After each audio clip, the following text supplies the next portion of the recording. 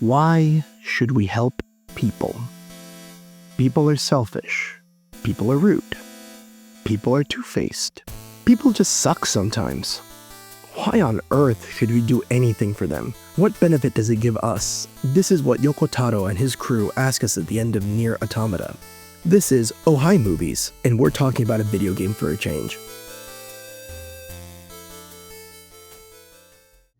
2017's Nier Automata was and is a challenging game in more than one sense of the term. The core gameplay, with an RPG-charged mix of button-mashing beat-em-up and bullet-hell shoot-em-up, is engaging enough and can definitely be a struggle on harder difficulties. But what we're here to talk about is the story, and more specifically, the final ending. Now, I don't want to go into the nitty-gritty details. The narrative is a mix of World War II allegory, existentialism, nihilism, Judeo-Christian apocrypha, sexual anxiety, Pinocchio, and booty. It's both simple and mind-blowing how it plays with the passage of time and point of view in a way that only an interactive medium can, but I don't want to go too deep into it for this video. I want to focus on the ending.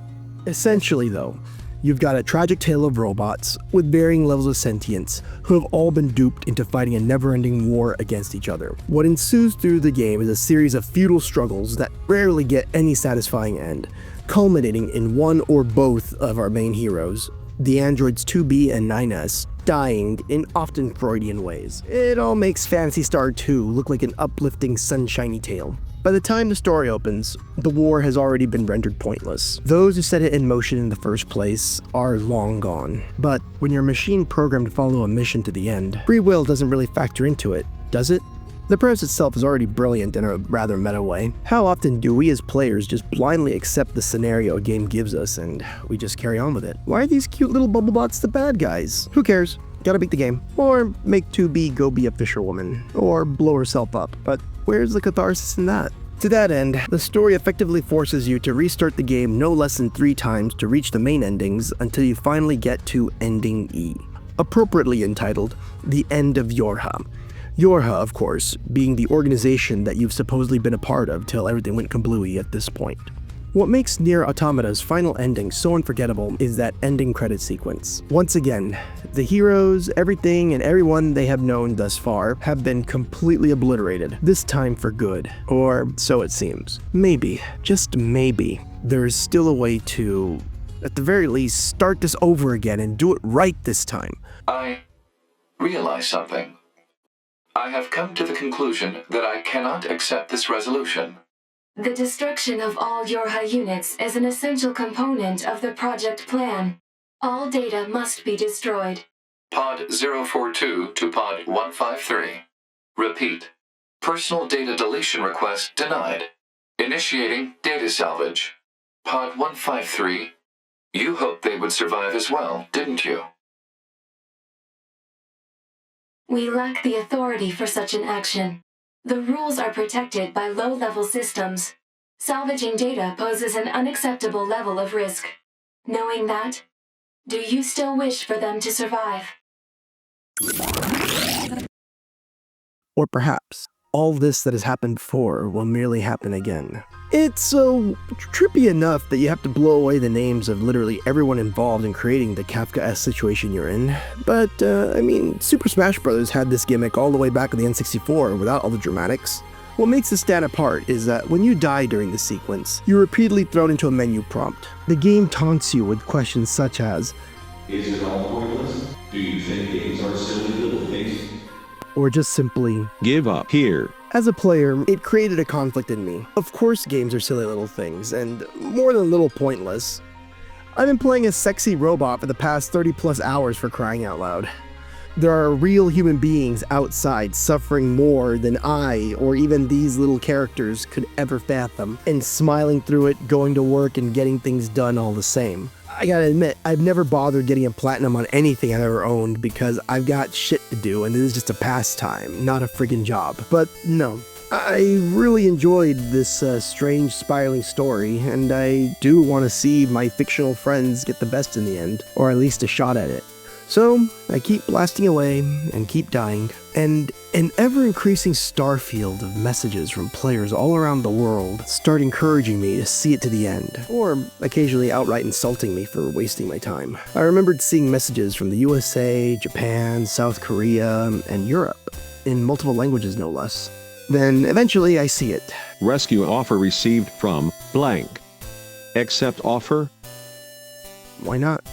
Man, I grew up with the NES and the Sega Genesis, so even now the concept of online gameplay still seems rather novel to me. Online co-op even more so. Something that always intrigued me with Nier Automata is how, for all the fan service and glitzy action, there's this oddly human internationalist approach to it. You've got this very, very Japanese game with some very, very Western trappings. One of the main vocalists of the game, Emmy Evans, who is half Japanese and half British herself, created a chaos language from a mishmash of various, mostly European languages for use in the songs of the game. Then you've got the boss names showing up with the Celestial Alphabet, which is a 16th century conlang from the Angels, and these bosses are all named after various philosophers. I mean, hell, just about all the named characters outside of the mains are based on some Western philosopher or another. Kierkegaard, Pascal, and the like. And To Be herself is, of course, a play on Hamlet's To Be or Not to Be. And yet, this whole story is basically a Buddhist parable of being damned to be reborn into a cycle of suffering on the way to something resembling enlightenment. To have that concept so viscerally embodied by the whole world in all its madness, crying out to help and hinder me to get to the end of this story, with that phenomenal ending theme, Way to the World, sung in a mix of languages by a full-on choir. I have to admit, it made this grown man move to tears. Hey, that hurts. And as my newfound wingmen get blown away, the HUD reminds me that their data has now been lost in service to a cause they barely know. And then eventually, I made it. The bullet hell swarm and the epic music finally subside to make way for one final cutscene, reminding me yet again that this self-destructive cycle is more than likely to repeat than not. All this has happened before, and will probably rhyme again. At least, being allows us a fighting chance at change, does it not? I'm then asked if I want to leave a message to encourage others to finish the game. To be honest, it's been years since I finished the game, and I forget exactly what I left from the various pre-coded choices the game offers. But how many of us tend to forget even the good advice they give? And then came probably the single most profound moment in the game for me. Selecting this option enables you to save someone somewhere in the world. However, in exchange, you will lose all of your save data. Do you still wish to rescue someone, a total stranger, in spite of this? To beat the game, truly and completely, you, the player, are personally asked to make a sacrifice so that you can give the same support that you have just received minutes before. Hours upon hours of gameplay, searching for all kinds of doodads, engage in various subquests, having fought some truly intense battles, only to be asked to throw it all away to help someone after you, to risk being reduced to nothing more than a line in a HUD showing data lost, and perhaps, maybe, showing up in that very same starfield you got before on someone else's screen and who knows where. The person you save will be selected at random. As a result, this person, who cries out for help even as we speak, may be someone you intensely dislike. Do you still wish to help? It's no secret that we're living in difficult times. I'm not the news, and I don't want to be the news, so I'm not going to get into it beyond that. I can't remember how many times I expressed concern over the state of the world to someone, and then the other person agrees, and the next thing they say makes you realize that we have had very different priorities and very different conversations in our head. We agree on the disease, but argue over the symptoms. The root of all this is fear. YoRHa was right. It ultimately does lead to suffering. Too many hurt children, both literally and figuratively, running around scared of that boogeyman that, while they might not be under the bed, are probably way more real than ever before. We all wish that everyone can fit into a neat little box and push against all those who don't align with whatever orthodoxy that we are all convinced will be our salvation. Yeah, you're welcome, just so long as you fit in my box. The reality is, human beings, and androids, machines, I guess, are incredibly messy. In our own search for absolution and correctness, more often than not, we wind up hurting others, doing the wrong thing, or just plain sucking. And I'm not excluding myself from this.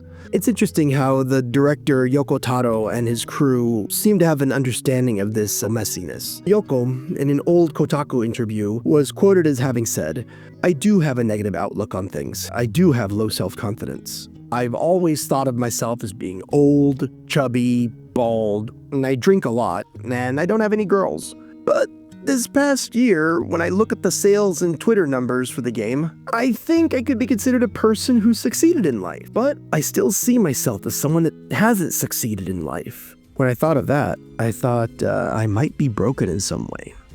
Broken is an interesting and fitting choice of words. You see, in English, the ending theme is usually called Weight of the World, but the Japanese version, written by Yoko Taro himself, is actually entitled Kawareta Sekai no Uta, the Song of a Broken World. And the Japanese version also speaks of a Yogoreta Sekai, or a tainted world. Now, with all respect to Janique Nicole's gorgeous rendition in English, and the Chaos language version that Emmy Evans has put out, I would argue that it's a much sadder and bitter song in Japanese, to the point where the singer Marina Kawano breaks down into tears on the track.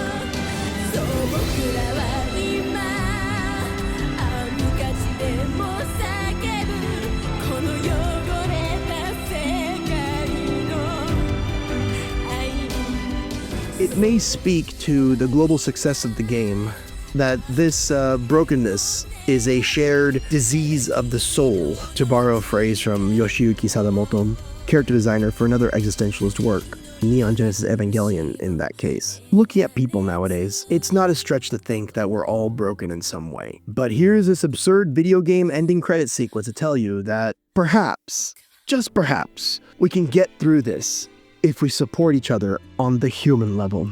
However much I may agree or inevitably disagree with whoever my little ship will end up supporting, in that moment, we will share a common cause, and that moment may be just as beautiful for them as it was for me. So why help people? Because it can't make things any worse, and it gives those of us who screwed up a shot at atonement. If only a digital, anime-influenced waifu sort of, atonement. This game might just leave a lesson for us in the real world. To dismiss the powers that seek to control us, and try to help each other in the here and now. All the big picture questions are absolutely worth answering. But first, do you need help getting a little further? Would you mind helping me too? I mean, feel free to ask. Just one person probably can't do too much. But something can't be worse than nothing, right? I must look very silly. Do not feel bad about it. We are alive, after all. And being alive is pretty much a constant stream of embarrassment. This has been YoRHa Movies, and I want to thank you all for watching. If you like helping me in my own game of YouTube, please like, subscribe, share your thoughts in the comments, or don't. I respect your choice. In any case, I'll catch you with an actual movie review on the next one. Till then, peace.